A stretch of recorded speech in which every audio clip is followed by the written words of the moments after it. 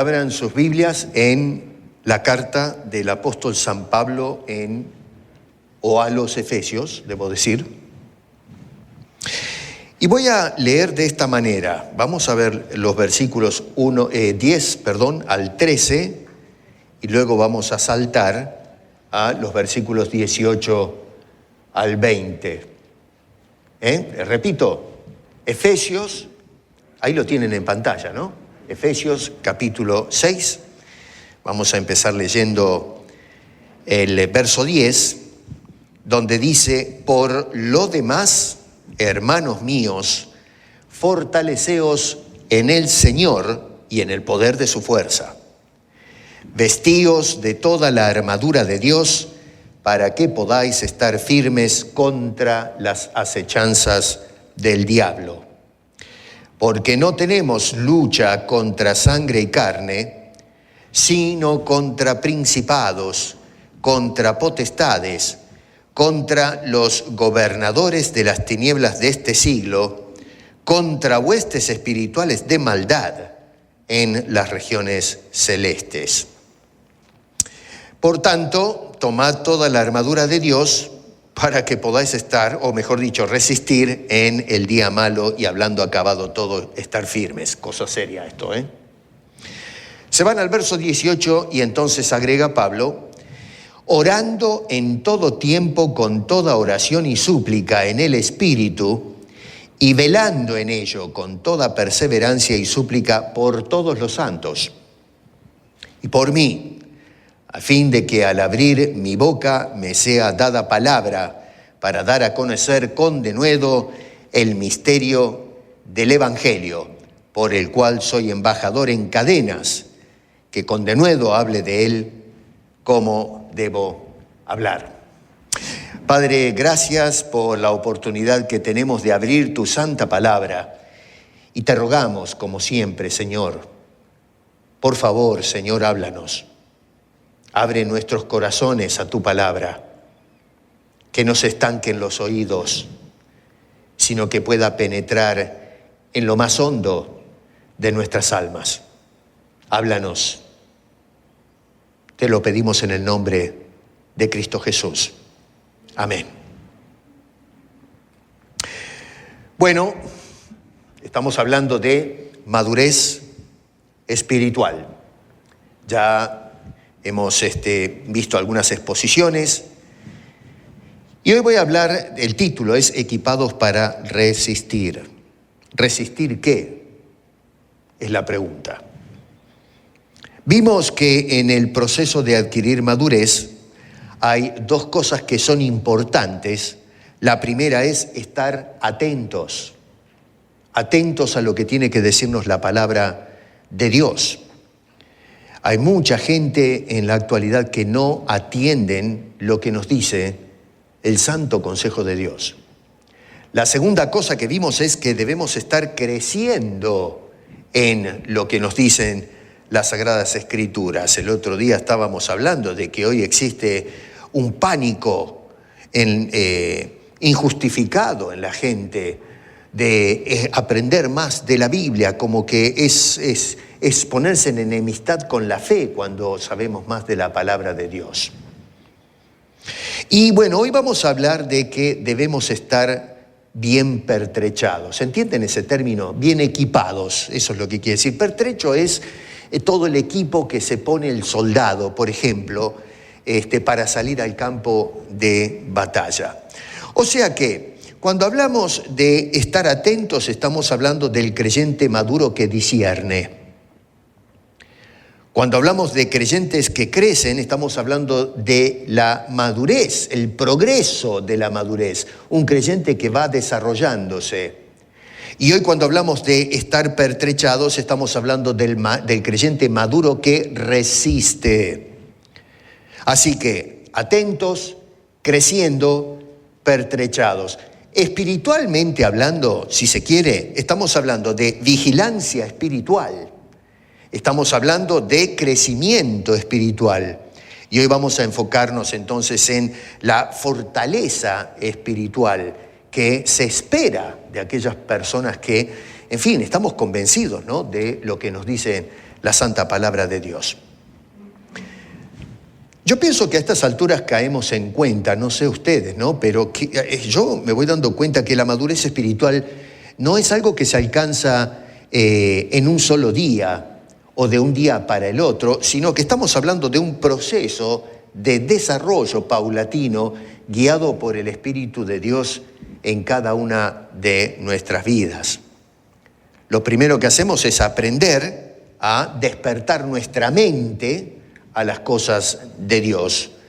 Luego vamos aprendiendo a crecer y lo que implica el desarrollo de cada uno de nosotros, porque a fin de cuentas la madurez se va nutriendo con la fe que avanza. Y finalmente nos damos cuenta ahora que debemos aprender a estar bien equipados o pertrechados, porque la madurez demanda de nosotros una buena actitud cuando nos encaramos o estamos en medio de la batalla que menciona este señor acá, nada más ni nada menos. El creyente que permanece firme, que permanece estable a pesar de lo regio de la batalla. Noten ustedes que 2 veces aparecen los versos 11 y en el versículo 13, dice el verso 11, para que podáis estar firmes. Y luego en el verso 13 al final dice, estar firmes. Así que Pablo apunta a eso, a que nosotros terminemos bien parados cuando nos encontramos en estas situaciones. O sea que en el marco de la madurez espiritual, nosotros los creyentes debemos mostrar que nuestro crecimiento no es simplemente un crecimiento teórico, sino también se trata de mostrar un crecimiento de tipo práctico y combativo, según lo que vemos en estos versículos. La madurez culmina con un creyente preparado para luchar, para poder mantenerse firme al final del conflicto del que habla este hombre. Ahora, acá tenemos que tener mucho cuidado porque noten que no debe enfocarse la lucha entre las personas y mucho menos enfocar la lucha entre los mismos creyentes. A ver, noten que en el contexto está hablando de un ejército de entidades que realmente están allí para hacernos la vida difícil. Estamos hablando de un ejército espiritual disciplinado. Pero ¿saben una cosa? Ningún ejército bien entrenado y bien disciplinado que comienza una guerra civil entre ellos tiene alguna chance de ganar la batalla. Y lo triste de esto es que lamentablemente, y especialmente en la iglesia de hoy, los creyentes, en lugar de enfocar la lucha donde corresponde, están haciendo lucha interna. A ver, el apóstol Pablo está escribiendo esto, ¿no? Hace 2000 años atrás, porque algo ameritaba que se digan estas cosas. Algo está pasando adentro de la iglesia de Éfeso. Y es por eso que el apóstol Pablo escribe justamente para enfocar correctamente el esfuerzo de los creyentes. Dime una cosa, ¿estás en guerra con tu familia? ¿Cómo estamos en casa, hermanos? En tu hogar, ¿cómo estás? ¿Estás en guerra con tu familia? ¿Estás en guerra con tu cónyuge? ¿Estás en guerra con tus hijos? ¿Ustedes, hijos, están en guerra con sus padres o con sus hermanos?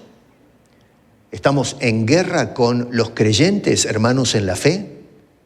¿Qué disposición tenemos hacia la otra persona?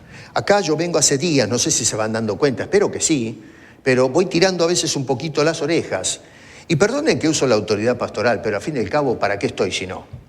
Es para orientarlos, no para que salgan amargados. Y si salen amargados porque piensan que la Escritura les dijo algo, me alegro. Porque quiere decir que el Espíritu está corrigiendo, nos corrige a todos que somos hijos de Dios. ¿No se cansan de estar peleando con el que está al lado nuestro? ¿No se cansan de estar combatiendo con la persona equivocada? Porque el escritor acá nos está diciendo que la lucha nuestra no está contra el otro al lado mío, sino contra fuerzas que no podemos palpar, pero que son tan reales como el hermano que está a tu lado. Así como los de Éfeso no estaban entendiendo, y es por eso que Pablo les escribe, así pasa con la iglesia contemporánea. Y miren, es serio el asunto, Ustedes se van al libro de Apocalipsis Y van a encontrar que de las 7 cartas que envía el Espíritu de revelación, la primera que cae en la lista es la iglesia de Éfeso, que lo que hizo fue perder de vista lo que enseñaba Pablo. Perdieron el primer amor. Sí, eran muy buenos con la doctrina y todo lo demás, pero no traslucía en lo que espera el Señor, que amemos y amemos de verdad. Perdieron el tiempo no prestando atención a lo que tiene que decir la revelación a su pueblo. Así que, ojo con esto, ¿no? Porque a veces encontramos que lo que nos está diciendo acá el apóstol Pablo, ¿no? Lo desperdiciamos en luchas que no nos dan ningún tipo de éxito favorable en lo que es la batalla de la fe. Ahora, yo no sé, qué sé yo, a ver, yo no puedo entender cómo es que a veces se levanta este tipo de insurrecciones adentro de la iglesia de Cristo Jesús. Que nos estemos peleando unos con otros, en casa, en la iglesia, en fin, en lo que tiene que ver el cuerpo de Cristo. Denominacionalmente estamos en guerra abierta, una iglesia contra la otra, en las academias, en los seminarios. Qué manera de perder el tiempo, francamente. Las horas son avanzadas.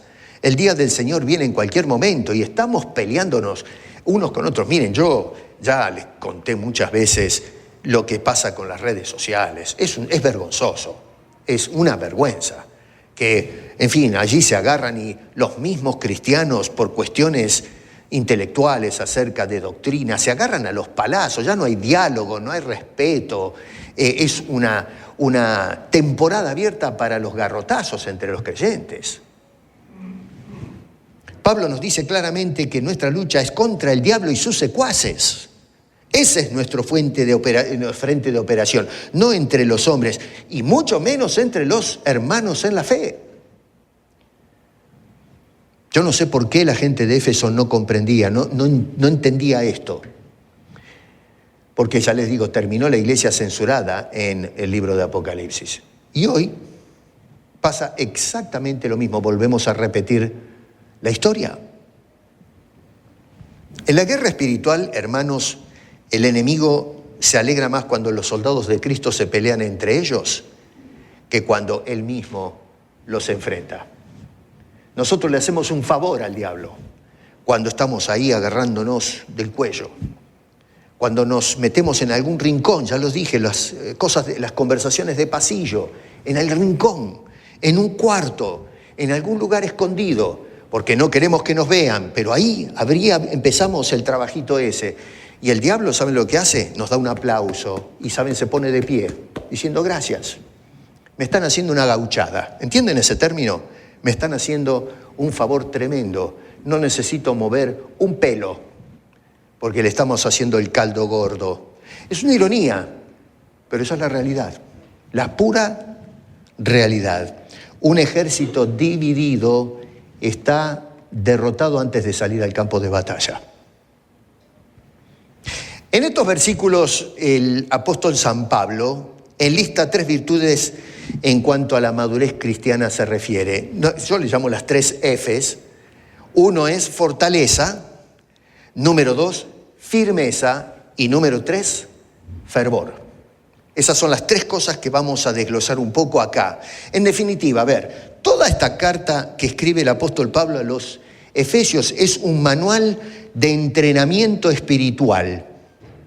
Es el manual del militante cristiano. Pablo no termina la carta con una despedida ligera, ¿no es cierto?, sino que lo hace con un llamado a la resistencia. Soldados de Cristo listos para resistir en esta lucha espiritual donde los demonios, el averno, está remangándose para hacer estragos con la obra del Señor. Porque a fin de cuentas la madurez cristiana no se mide por cuánto nosotros sabemos, sino por cuán firme permanecemos en esta batalla espiritual en la cual, te guste o no te guste, todos estamos metidos. Así que tenemos acá enfrente de nosotros las señales de un cristiano maduro. Repito, fortaleza. Segundo, firmeza. Y tercero, fervor. ¿Tienes esas cosas? ¿Estás firmes en las cosas del Señor a pesar de los embates de esta guerra? ¿Te mantienes fortalecido en el Señor? ¿Tienes pasión en esta batalla? ¿Tienes fervor para enfrentarte al enemigo? ¿O más bien caemos en la actitud pasiva y recibimos los golpes y las trompadas, las escolladas del enemigo sin responder de ninguna manera? Solamente aquellas personas que están paradas y fortalecidas en el Señor pueden resistir las fuerzas del mal, especialmente en la época en que nosotros estamos viviendo. Y créame, yo no sé, ¿no? Pero cuando miro en las redes hoy día, que es, a fin de cuentas, es uno de los medios más directos que tenemos de recibir información acerca de lo que pasa con el cristianismo. La televisión no muestra nada acerca del cristianismo, pero vamos a las redes y las iglesias están infestadas de cualquier cosa menos lo que tiene que enseñarnos la palabra de Dios. Ahora, acá en este punto es importante que veamos un poquito cómo encajan en el contexto de la carta estas palabras que dice Pablo acá. Y siempre me gusta hacer este ejercicio de agarrar estos versos que leímos y mirarlos a la luz de la temática del escritor sagrado, que, a ver, insisto en esto, lo he dicho muchas veces, es la inspiración de Dios la que nos está hablando, no es Pablo. Ya Pablo le habló a los efesios y ya está, ya se terminó Pablo, pasaron los efesios hace mucho tiempo atrás, pero se preservó esto para ahora hablarnos a nosotros, los cristianos del siglo XXI, los cristianos de esta congregación. Resulta que en los capítulos 1 al 3, Pablo lo que va a hacer es hablar de lo que somos en Cristo Jesús, cuál es nuestra identidad, quiénes somos. Por ponerlo en una forma reducida. Es decir, nuestra posición en Cristo. ¿Quién eres? ¿Dónde estás? ¿Para qué estás? En el capítulo 1, versículo 3 de Efesios dice: bendito sea el Dios y Padre de nuestro Señor Jesucristo, que nos bendijo con toda bendición espiritual en los lugares celestiales en Cristo Jesús. Tu posición es la de una persona bendecida. Ustedes después en casa tómense en el trabajito de leer todo lo que sigue en los versos a continuación del verso 3, 4 en adelante, del 4 al 13 si quieren. Hay una cadena de cosas que definen mi identidad. Soy un hijo amado, un hijo adoptado, donde entra en juego la predestinación de nuestras vidas, cómo hemos sido sellados con el Espíritu Santo. En fin, hay una cantidad de cosas que va describiendo el apóstol San Pablo y que define quiénes somos, nuestra condición, nuestra posición en Cristo Jesús. Personas bendecidas en los lugares celestiales en Cristo. Los capítulos 4 al 6 ahora va a desplazar la óptica hacia cómo debemos vivir en Cristo Jesús. Y viejo, yo no sé. Pero otra vez, acá hacemos barro los cristianos en el siglo XXI. A veces la gente dice, yo no sé cómo hacían los cristianos del primer siglo, esa era la iglesia ideal, como que la gente la vivía pero tranquila y sin problemas. Y pasaban las 1001 y se mantenían firmes. Y así fue a través de la historia. Hoy no, hoy sucumbimos a cualquier amenaza, cualquier cosa, cualquier viento de doctrina. Este hombre dice en el capítulo 4, verso 1, yo pues preso en el Señor, os ruego que andéis como es digno, que andéis, que se conduzcan como es digno. Pero hermano, si yo estoy haciéndole el caldo gordo al diablo, ¿me puedes explicar qué hay de digno en eso? ¿Cómo podemos catalogar digno cuando hacemos ese tipo de cosas que favorecen al reino de las tinieblas? ¿Cómo se edifica la iglesia? ¿De qué manera la iglesia es mejor hoy que ayer cuando hacemos esos trabajos siniestros? Que sabemos bien los cristianos en el siglo XXI que eso no se hace, pero lo hacemos. ¿Y qué dice Pablo? ¿Qué? ¿Acaso no se aplica a nosotros lo que dice Pablo en Efesios hace 2000 años atrás? Dice que andemos de una manera digna, dice este Señor, como es digno de la vocación con que fuisteis llamados. Fuisteis llamados entonces a andar de una manera digna, no como andan los demonios haciendo desastres en la obra de Dios. ¿Saben una cosa? Nos entra por un oído y no sé si pasa al otro oído ya a estas alturas, porque ¿se acuerdan que Hebreo dijimos que hoy día tenemos los ojos pesados para oír, para comprender? ¿Se acuerdan que fue la primera exhortación que vimos? El problema de tomar nota de lo que nos dice el Señor en su palabra. Bueno, ya ven que esto no es nada nuevo, sucedía en los tiempos bíblicos. Número 3, capítulo 6, versos 10 al 20, ahora nos habla de cómo debemos permanecer en Cristo Jesús. Así que nos hablas de cómo somos o dónde estamos, cómo debemos vivir, cómo debemos permanecer. Dice este hombre, por lo demás, es decir, si hay algo más que decir de todo lo que se ha dicho, dice este señor, hermanos, fortaleceos en el Señor y en el poder de su fuerza. ¿Te das cuenta que entonces toda la carta es un manual de entrenamiento espiritual? ¿Para qué? Bueno, para poder enfrentar la batalla contra las huestes del mal y el diablo a la cabeza. Ese es el propósito. Escribió todo esto porque los creyentes están en un campo de batalla y Pablo nos está diciendo, toma nota de estas cosas para que cuando te tires la armadura encima tengas la actitud del soldado que va a utilizar el equipo de Dios y puedas ahora sí enfrentar y resistir, no agarrarte a los golpes con el diablo, sino resistir las acechanzas del diablo y cuando pasa todo el conflicto, quedar bien parado, estar en guardia, el soldado que no ha caído, que no fue herido por las fuerzas del mal. Vamos a revisar esas 4 cosas que indiqué. Lo primero es, dijimos fortaleza, ¿se acuerdan? Dijimos fortaleza, dijimos firmeza y mencionamos también fervor, ¿no es cierto? Vamos a mirar el primero, ahí en el versículo 10, fortaleza. Otra vez dice, por lo demás, hermanos míos, fortaleceos en el Señor y en el poder de su fuerza.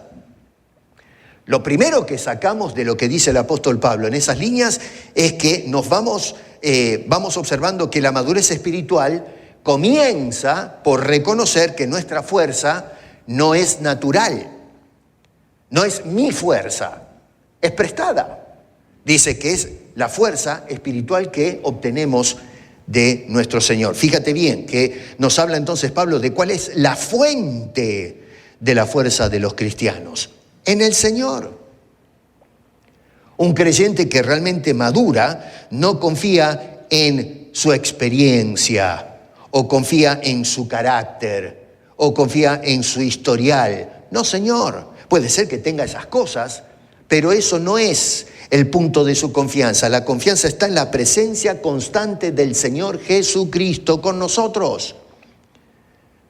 El otro día hablaba con algunos hermanos y mencionaba lo que el Señor, estuve pensando mucho en estos días, en esto que dice al final del Evangelio de Mateo, cuando Jesús dice que vayamos a ser discípulos. Y es muy interesante porque el Señor antes de enviarlos, lo que manifiesta es yo tengo todo poder y autoridad. O sea que me está enviando teniendo como antelación la autoridad de Jesucristo. Pero luego nos habla de la presencia de Cristo. Dice, yo voy a estar con ustedes todos los días. Así que tenemos la potestad de Cristo y la presencia de Cristo. Y en el medio estamos nosotros enviados a ser discípulos, enseñando lo que ese que tiene la autoridad y el que está con nosotros, a saber Jesucristo, es enseñar lo que Él nos ha enseñado a nosotros. Así que te das cuenta que no los envía a los discípulos diciendo arréglense ustedes como puedan, ya son personas que estuvieron conmigo, tienen experiencia, yo creo que tienen la capacidad humana para predicar. No, Señor, es mi poder, toda potestad me ha sido dada y los envío en base a ese poder y esa autoridad. Y no solo eso, pero no van a estar solos, yo ahí voy con ustedes y ahora en nosotros. Así que Pablo está dejando claro acá que la fortaleza que nosotros tenemos o podemos tener no depende de nuestros músculos, sino de la presencia de Dios en nuestras vidas, la fuente de nuestra fortaleza. Segundo, la naturaleza de esa fortaleza. Fíjate, dice, en el poder de su fuerza. Así que la fortaleza del creyente no es una fuerza defensiva, sino más bien victoriosa. Nosotros salimos al campo sin temer al enemigo porque proviene del poder que ya venció al enemigo en la cruz del Calvario. Es un enemigo derrotado. Está tirando los manotazos de ahogado junto con sus secuaces, pero ya está terminado el trabajo. Lo empezó y lo terminó Cristo Jesús en la cruz. Así que la madurez cristiana entonces no consiste en tener una fe sin batallas, sino tener una fe que no se derrumba en medio de ellas. Y yo sé hoy de qué manera estamos manifestando la fe, porque yo creo que estamos observando que muchos están cayendo, algo realmente serio está pasando. Ya se veía vislumbrar en los días del apóstol San Pablo, por eso le escribió a estos hermanos que tomen nota de estas cosas. La tercera cosa es la práctica de la fortaleza. Dice allí, fortaleceos. El tiempo verbal juega un papel importante. Es un pasivo o voz media también.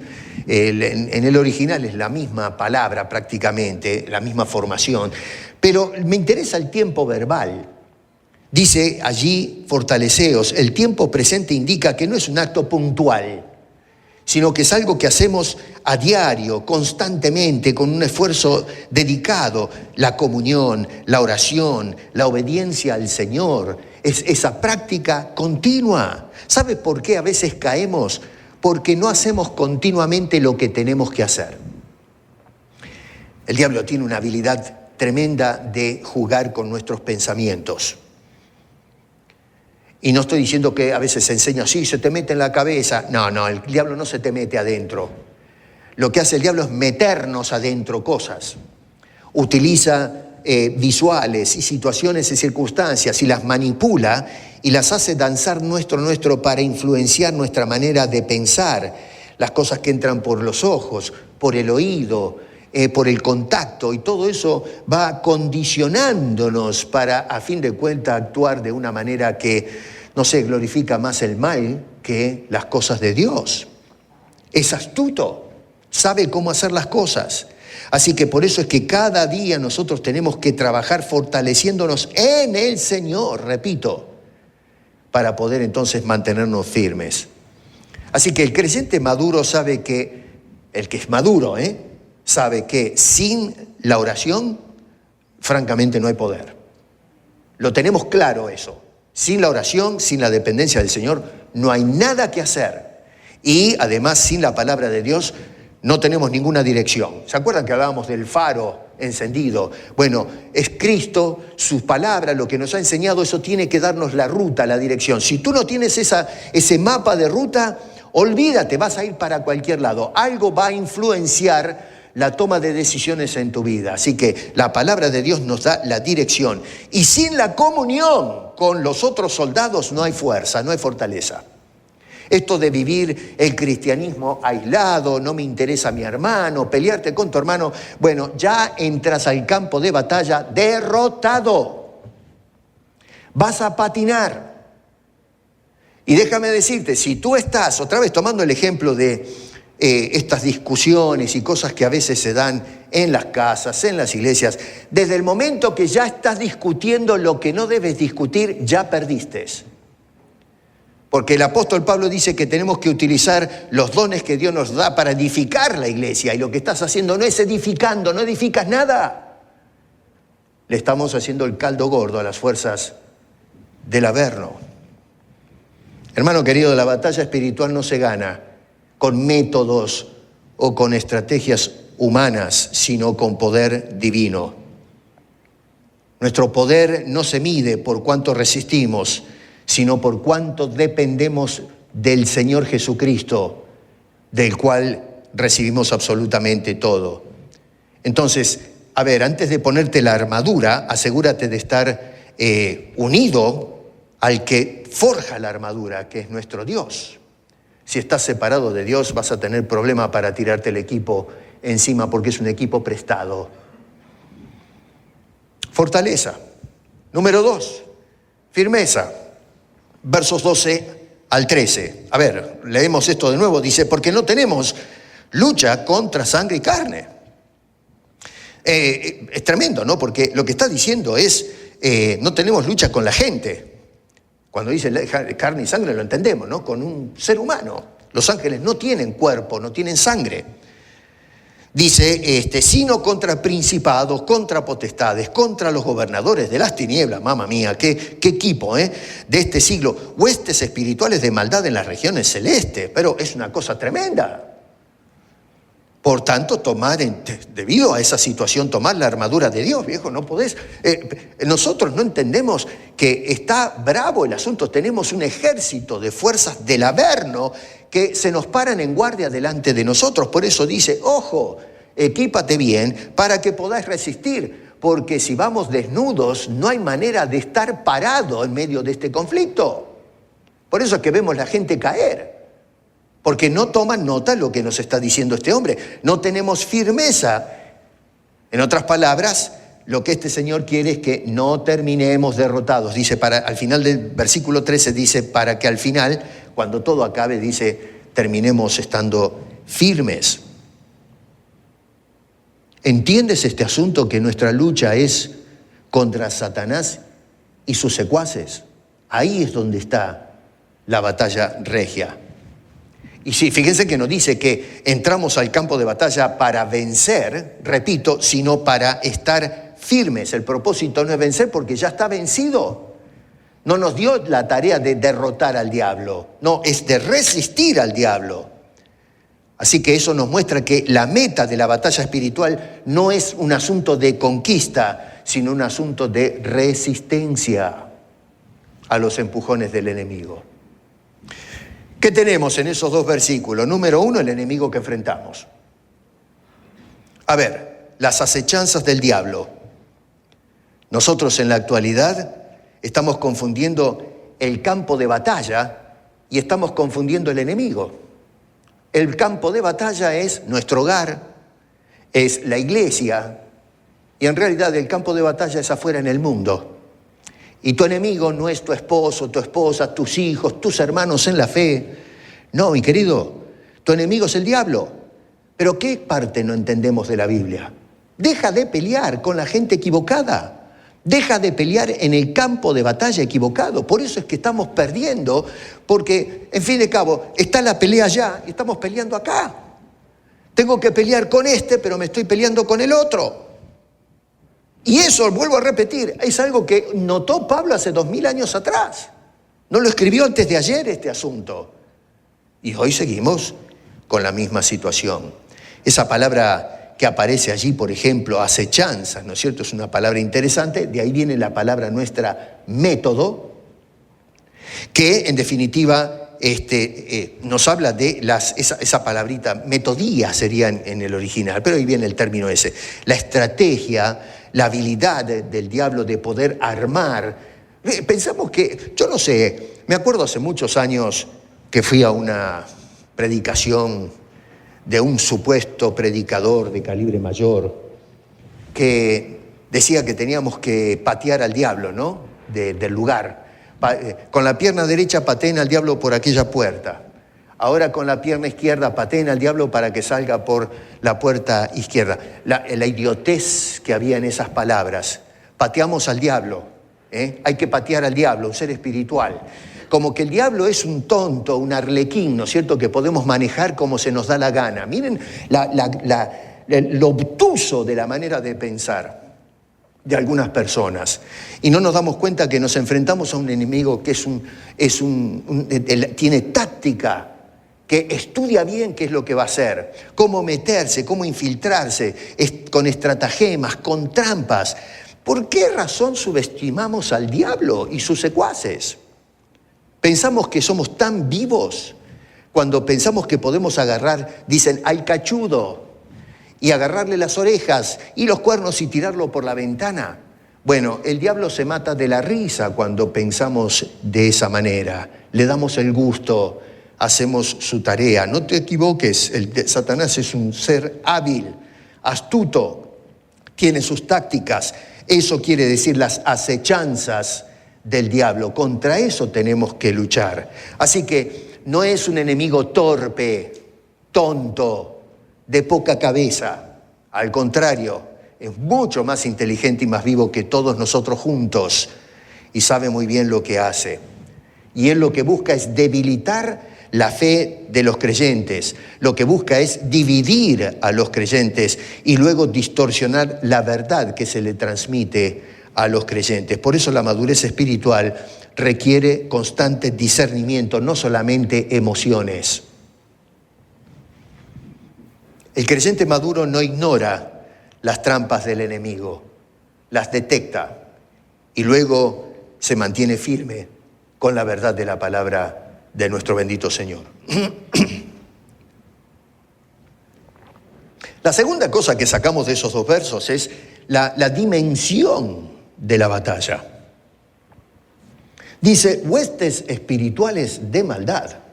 No son 3 pelagatos ahí, Dice, es un ejército enorme, huestes enteras, y que son de maldad, o sea que no sirven al bien absolutamente para nada. Pablo acá lo que hace es levantar el velo de lo invisible para que podamos contemplar un poco cuál es realmente nuestro enemigo y sus intenciones. No peleamos contra sangre y carne, sino contra un sistema espiritual de maldad estructurado y jerárquico.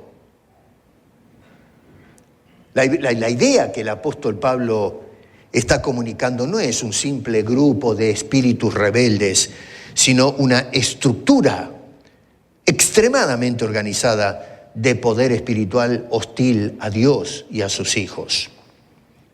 Ese enemigo es un ejército bien organizado y dice, toda maldad no proviene de Dios, sino que proviene de esos demonios que están en campaña.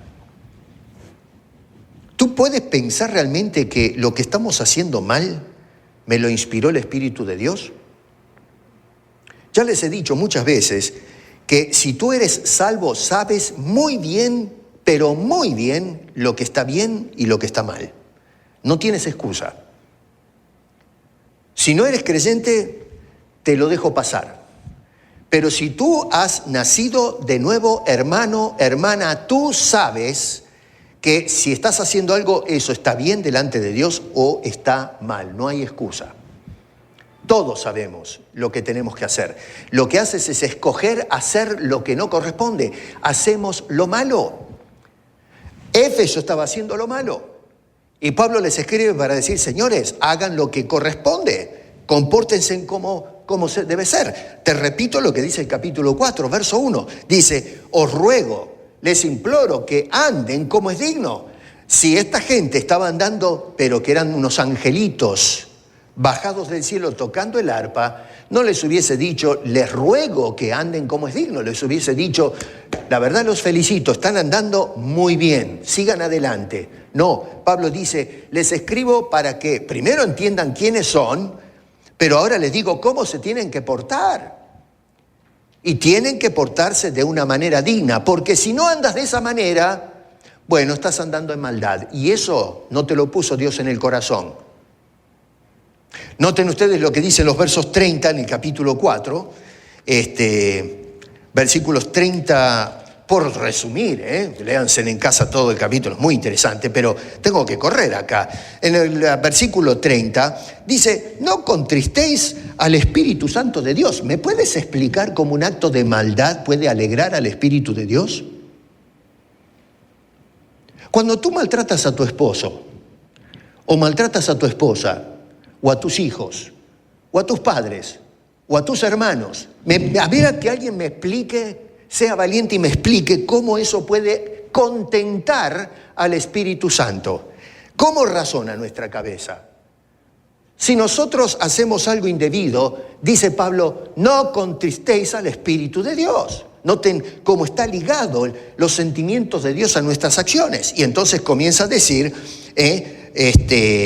con el cual fuiste sellado, etc. Pero verso 31 dice, quítense de vosotros. Si esto no estuviese en ellos, no le estaría diciendo a los hermanos, quiten estas cosas de ustedes.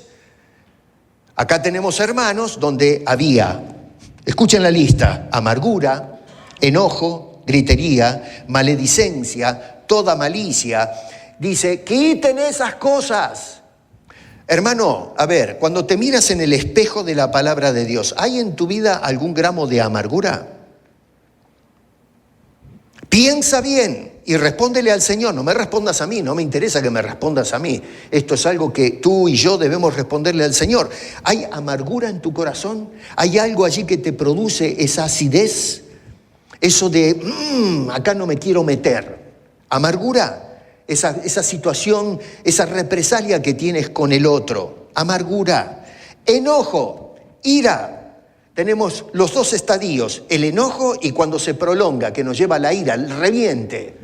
Bueno, tenemos esa situación, tenemos enojo que no lo paramos y terminó desembocando en la ira, que en los versículos anteriores Pablo dice, no dejes que la ira se extienda como un elástico, dice, no dejes que pase el día sin arreglar el asunto. El problema es que no arreglamos nada. Por eso es que estamos peleando contra carne y sangre, en lugar de pelear con el diablo. Dice, quítense entonces el enojo y la ira. ¿Estás enojado con tu hermano? ¿Estás airado con tu hermano? ¿Pasas de largo cuando el domingo lo tienes que saludar? Cuando sabes que lo tienes que saludar, que si no lo saludas está mal, pero lo haces de toda manera. Lo esquivas. El pastor está saludando, no lo quería molestar. Mentira. No te quieres acercar a esa persona. Bueno, lo haces. ¿Tienes algo con tu hermano o con tu hermana? Está mal. ¿Lo entiendes? Eso está mal. Deja de buscar justificaciones. Deja de contristar al Espíritu Santo. Eres un fracaso si vives contristando al Espíritu Santo. Y estás ya perdiendo la batalla. Estás cayendo de la resistencia, de tu estado de firmeza. Te puedes mostrar en la iglesia muy espiritual, pero en cuanto al propósito de Dios, ya estás caído. No estás firme, le estás haciendo el caldo gordo al enemigo. Fíjate, dice, no solamente enojo, ira, pero gritería y maledicencia. Cuando los cristianos se gritan, se dicen de todo. Maledicencia es cuando hablamos mal de la otra persona. Acá tengo para hablar horas. ¿Me entienden los que me entienden? No nos hagamos los tontos. Maledicencia es cuando hablas mal del otro. ¿Estás hablando mal del otro? Yes. Lo estás haciendo porque el pastor sabe. Tú piensas que no sabe, pero sé todo lo que se cocina. Y los que están en la cámara ya, que me están escuchando, yo sé que esto es fuerte lo que estoy diciendo, pero para ustedes también es. Porque esto es un problema, es un mal de la iglesia contemporánea. No es acá, es en todo lugar. Los vemos en las redes, insisto en eso. Y tal vez está sucediendo en tu casa, en tu iglesia y en cada rincón del planeta, donde estamos hablando mal del otro. Estamos juntándonos con alguien para decir basura o porquerías contra la otra persona. ¿Y tú piensas que eso te lo inspira el Espíritu Santo? No, mi querido, no. Y el diablo aplaude y dice, esta gente va andando bien, están haciendo mi campaña. Dice maledicencia y toda malicia, es decir, todo acto de maldad. Si tú estás haciendo algo, diciendo algo que no va a edificar o a corregir, estás actuando con maldad. No te lo está inspirando el espíritu de bondad, la verdad del Señor en su palabra. Estás actuando con maldad, eres una persona mala. Y Pablo está diciendo, quítense de vosotros. Tienes que despojarte de una vez de todas esas cosas. Porque de lo contrario estamos viviendo una religión, pero no estamos viviendo a Cristo. En otras palabras, en lenguajes de Pablo, no estamos andando de una manera digna como es de un creyente. Estamos andando de una manera indigna. Ojo con esto. Hermanos queridos, ojo. La madurez espiritual consiste entonces en reconocer que nuestra lucha no es horizontal con los demás, con personas, sino que es una guerra espiritual de una dimensión invisible, pero tan real como esta dimensión del mundo físico, donde se enfrentan los creyentes con las fuerzas y los poderes del mal. El creyente maduro no pelea erguido contra carne y sangre, sino que pelea de rodillas. Y esto me lleva entonces al tercer y último punto. Dijimos fortaleza, dijimos firmeza y ahora hablamos de fervor. Versículos 18 al 20. Noten que habla de la oración. En el versículo 13 nos dijo que debemos resistir, pero ¿cómo resistimos al diablo? Y a veces miramos la armadura, tírate el equipo acá, el equipo allá. Bueno, macanudo, me puse el equipico, pero a ver, si yo soy un soldado que no sé cómo funciona el asunto este de todo el equipaje y me lo tiran encima, bueno, ¿qué hago con eso? Yo nunca tuve una espada en mi mano, entonces si me tengo que pelear con un samurái, estos que son buenos, no sé si ahora quién es mejor el samurái, hay una discusión si son mejor los medievales o los japoneses, ¿qué me importa, no? Me meten una espada en la mano y me dicen, defiéndase como pueda, me pasan por el medio, me sacan la cabeza. ¿Con qué me voy a defender? ¿Cómo hago para manejar ese cuchillo de 2 metros? ¿Qué sé yo? Tengo que saber cómo usarlo. ¿Cómo manejo este equipo? Bueno, la armadura de Dios, tienes que saber cómo manejarla. Bueno, ¿y cómo la manejo? ¡De rodillas! Dice este hombre, orando. El verso 18 es importante, te explica, entra en lo práctico. ¿Qué hago con todo este equipaje? Cierto, tengo todo el equipo, pero ¿ahora qué? Bueno, dice, hay que orar. Tenemos el llamado a resistir, pero resistir vestidos de la armadura de Dios. ¿Pero cómo? La usamos orando. A veces los creyentes, en lugar de estar orando, se la pasan peleando. Y encima con la persona equivocada. ¿Te das cuenta por qué fracasan las luchas? El fervor, en este caso, es la llama del soldado espiritual. Sin oración, la armadura se vuelve un ritual, un equipo nada más, que no vas a poder utilizar con éxito. Vas a fracasar. Tenemos que utilizarla con oración, y cuando oramos, la armadura se vuelve poder para poder resistir y mantenernos firmes. Y en este punto vemos otra vez los siguientes detalles. Por un lado tenemos la constancia del fervor del soldado, orando en todo tiempo, constancia. Fervorosos en la lucha, pero con constancia. Así que el fervor no se mide por la emoción, sino por la perseverancia. Orar en todo tiempo significa mantener la comunión ininterrumpida con Dios, no solo en los momentos de crisis, sino antes de entrar en la crisis. El creyente maduro no ora solo cuando está en apuro, sino porque sabe que la batalla nunca se detiene y se prepara. Acá, para que vengan al culto de oración, no sé qué es lo que los frena para venir a orar.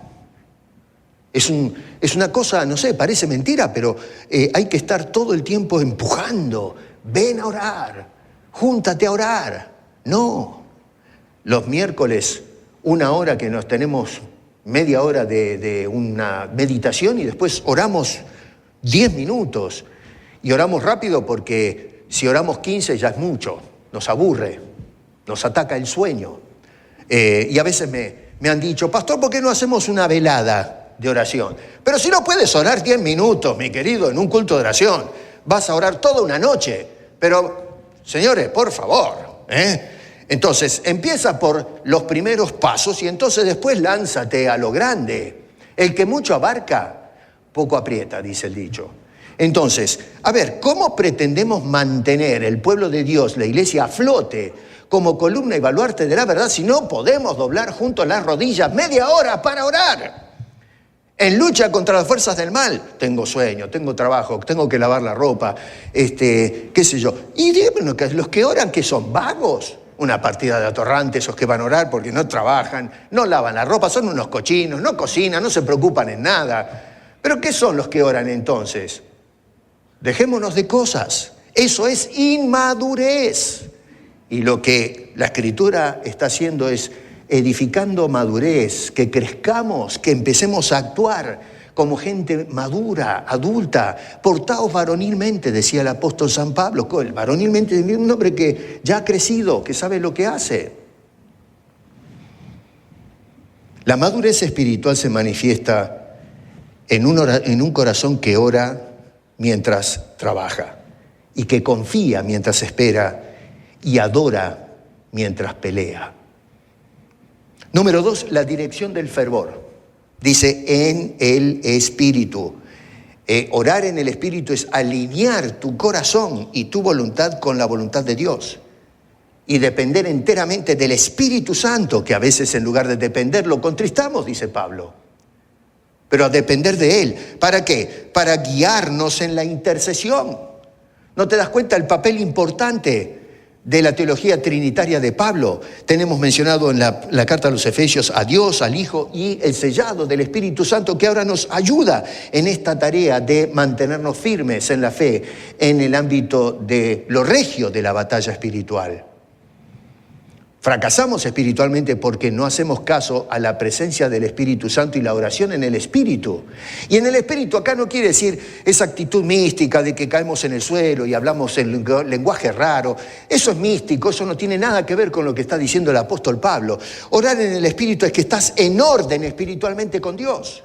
Que tu vida está regida y gobernada por el Espíritu de Dios, no por la maldad. Es cuando el Espíritu tiene control de mí. Y entonces estoy orando en el Espíritu.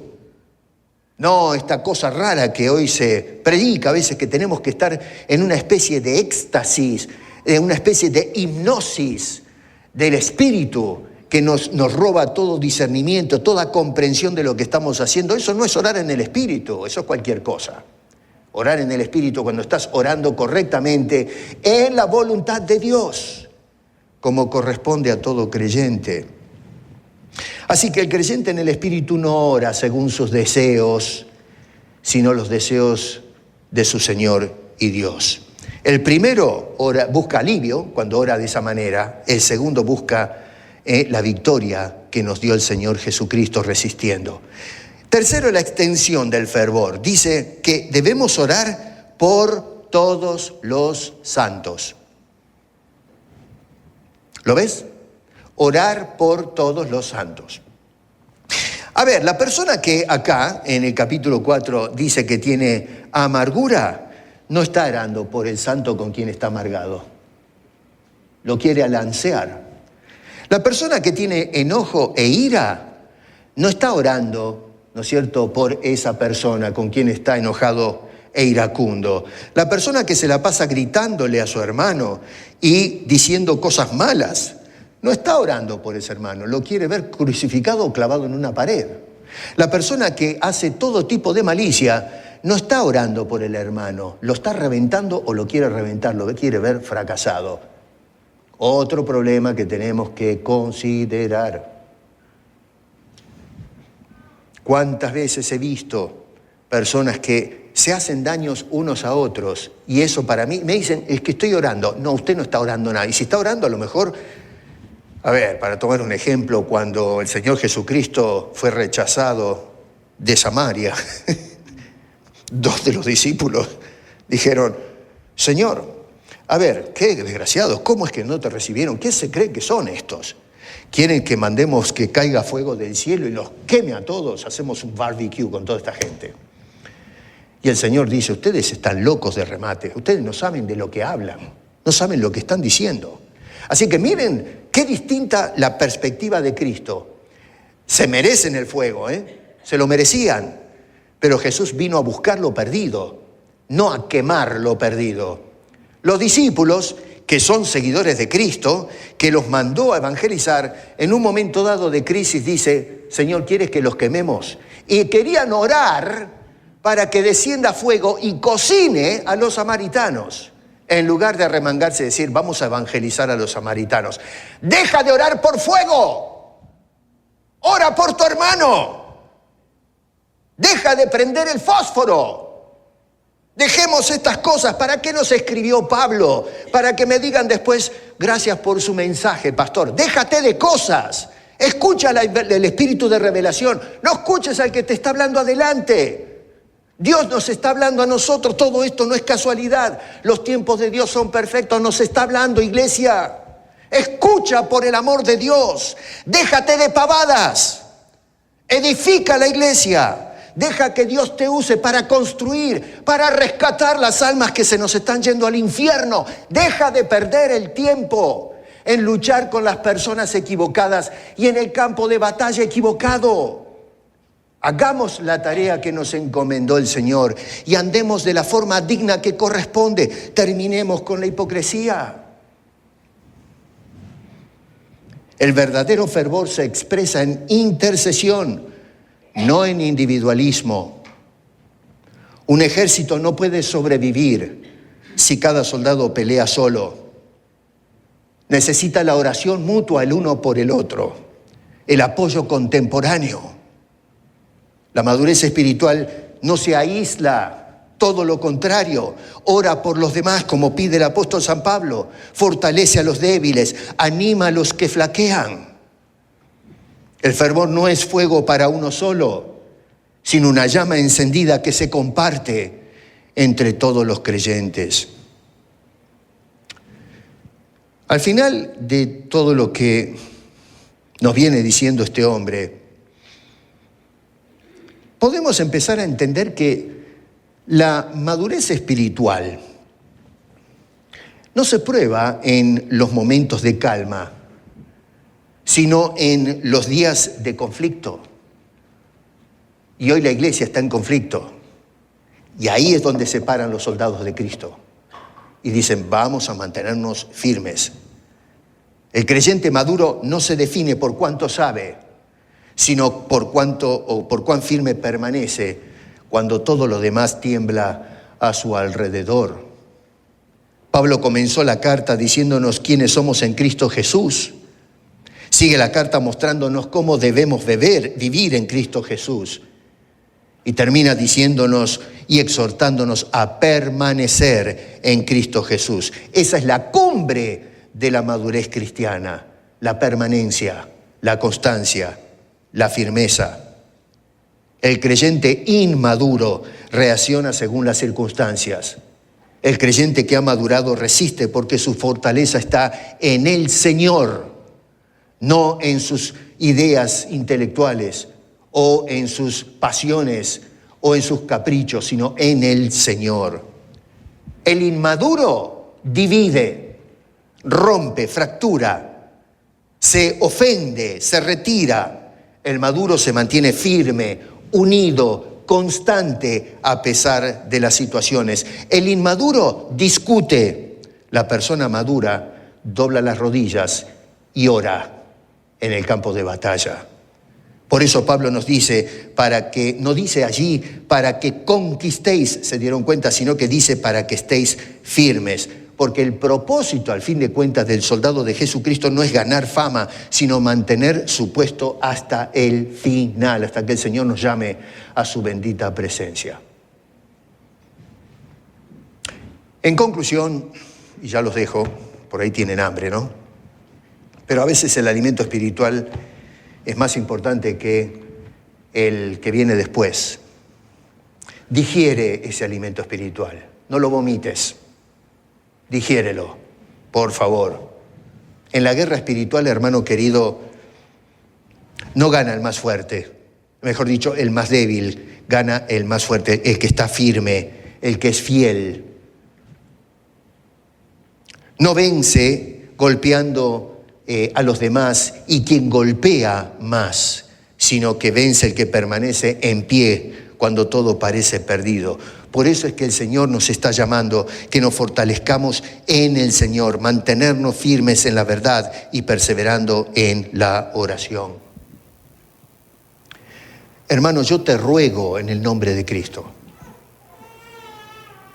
deja de pelear con el otro.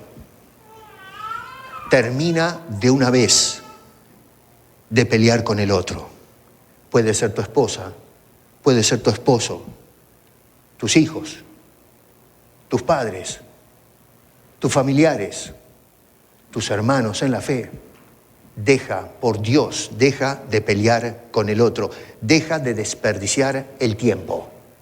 Escúchenme, por favor, es un ruego que les hago en el nombre del Señor y que unamos nuestros brazos para luchar contra las fuerzas del Averno, para que podamos mantenernos firmes hasta el día del Señor. Es un enemigo derrotado. No dejes que el enemigo derrote tu vida cristiana y te haga vivir de una manera indigna. Y que entonces podamos ahora sí ser testigos de Cristo al mundo, que tanto necesita del Evangelio de paz y esperanza para el perdón de los pecados.